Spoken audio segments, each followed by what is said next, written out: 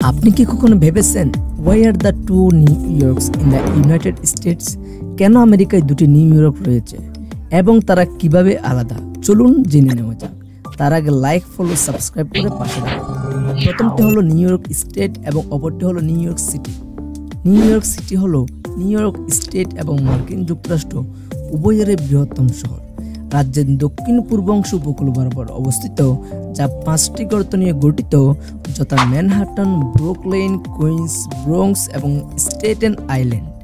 New York state মার্কিন যুক্তরাষ্ট্রের 50টি রাজ্যের মধ্যে একটি, যেটি দেশের উত্তর পূর্ব অংশে অবস্থিত।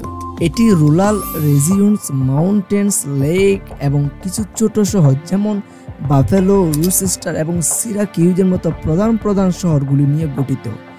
নিউ ইয়র্ক সিটি এবং নিউ ইয়র্ক স্টেট এর একটি মাত্র অংশ। এটি এত বিখ্যাত যে লোকেরা প্রায়শই এটিকে নিউ ইয়র্ক বলে ডাকে, যাই আসলে বিভ্রান্তি সৃষ্টি করে। আশা করি বুঝতে পেরেছেন কিভাবে দুটি নিউ ইয়র্ক রয়েছে। এখন ভিডিওটা শেয়ার করে দেন যাতে অন্যরাও জানতে পারে।